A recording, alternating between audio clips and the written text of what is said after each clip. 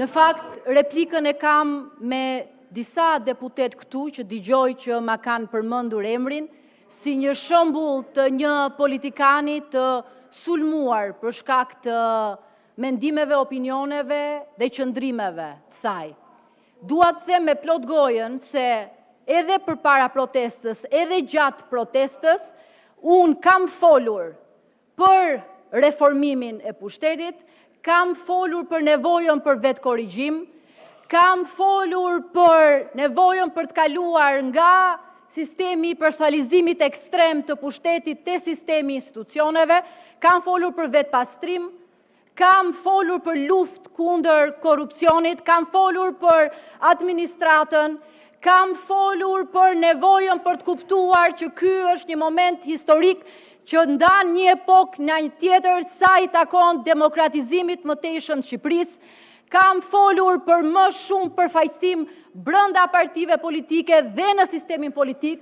Kam folur për nevojën për ta ndryshuar këtë sistem politik dhe këtë sistem zgjedhor i cili ka prodhuar një banalitet sot, nuk ka qenë kështu atëherë kur marrëveshja është firmosur, ka prodhuar stabilitet, po sot nuk prodhon më asgjë sepse njerëzit janë të papërfaqësuar dhe janë në rrugë dhe këtu s'ka as deje ideologjike, asgjë përveç se nevojën e njerëzve për të shpalosur veten në bazë të besnikërive përkohshme. Kanë folur për institucione shtetërore që përdoren, instrumentalizohen kundër njëri dhe tjetrin me besimin e madh se ne kemi gjithë fuqinë për ta ndryshuar këtë.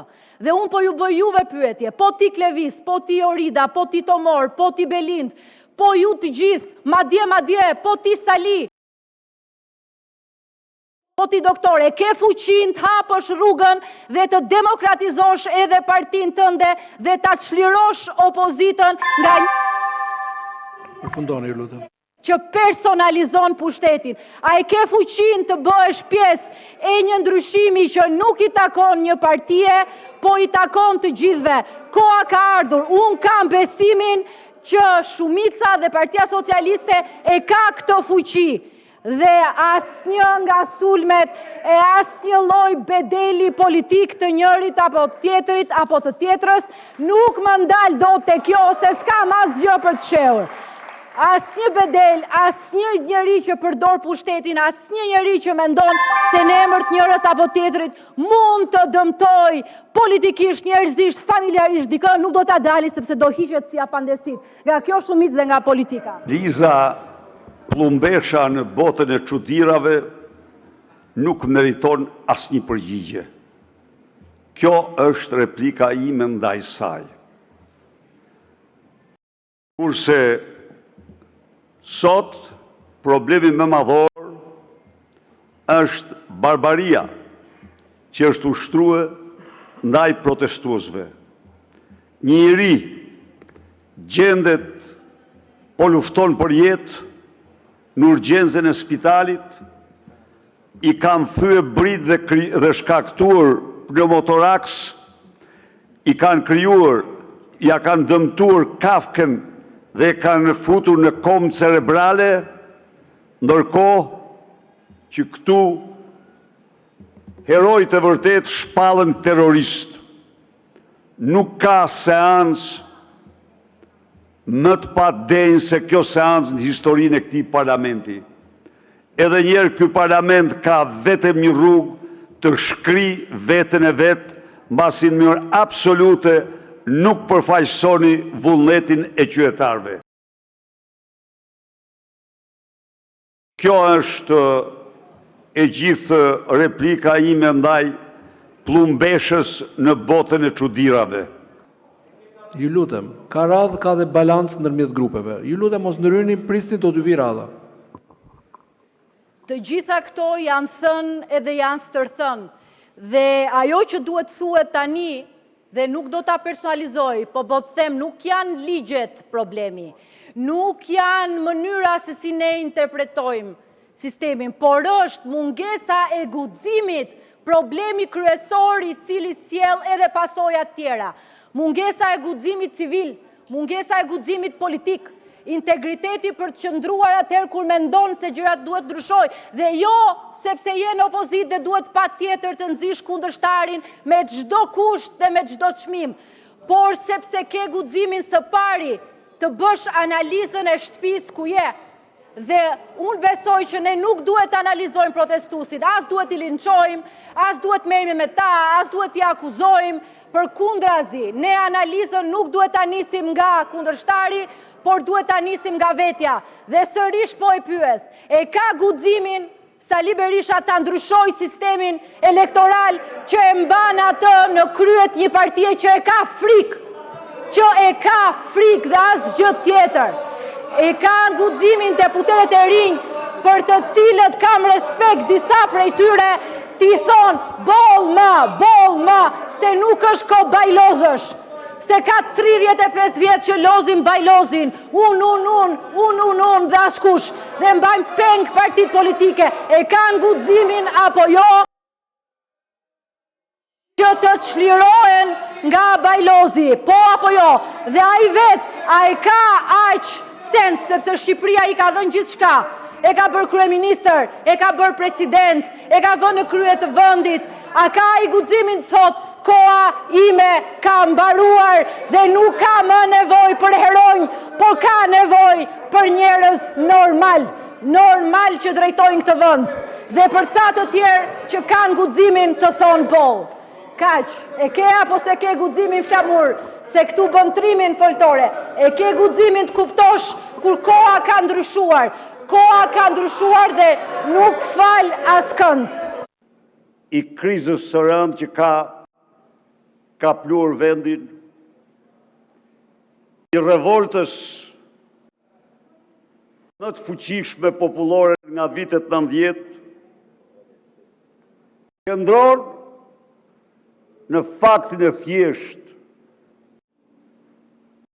por themelor, se ju nuk përfaqësoni qytetarët, se ju nuk keni legjitimitet, se ju nuk keni ardhur nga vullneti tyre i lirë, por jeni produkt monstruoz i kontrollit me të gjitha mjetet e krimit të vullnetit të qytetarëve shqiptarë. Edi Rama, kreu i juaj, akuzohet kontarisht dërkontarisht se në 140 fluturimet e tij ka transportuar tonelata euro, mundet dhe drogë, dhe ju refuzoni Komisionin Hetimor Parlamentar, refuzoni të përballni me dokumentat që faktojnë se në fluturimet e tij ai ka transportuar valixhe diplomatike më shumë se të gjithë qeveritë europiane të marrës bashku. Ju nuk përfaqësoni qytetarët, por përfaqësoni njeriu, i cili sa po u bë kryeministër në raportin e OSBE-dirit, OSBE-s, u tha se kishte transportuar në bankat offshore 200 milion euro. Ju nuk përfaqësoni qytetarët, por përfaqësoni njeriu që u bë kryeministër me sarajet e tij të Surrelit, me piramidën e vërtet ku deklarohet se është bler toka me 2 euro në kohë kur ishte çmimi minimal 25 euro, kur vetëm pigmenti i vilës i sarajeve ka kushtuar mbi 100.000 euro, ku janë përdorur teknologjitë dhe materialet më të kushtueshme.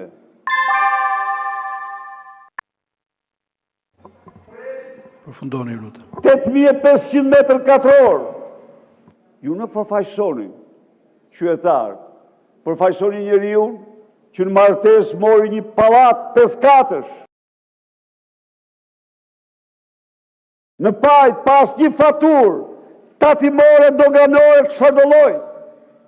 Dhe që kur institucioni i LDKP-s nisi hetimin në mënyrë antikushtetuese shkarkoi atë. Ju nuk përfaqësoni qytetar, përfaqësoni vjedhjet monstruoze të zyrtarëve. Përfaqësoni vendimet e tij për t'i dhënë vllaut të vet 38.000 metër katror. Për t'i dhënë karnës së tij në mes Tiranës 4.500 metër. Ju nuk përfaqësoni qytetarët, përfaqësoni vjedhjet e tij. Për të plaçkitur pasuritë publike në mënyrën më të pamëshirë.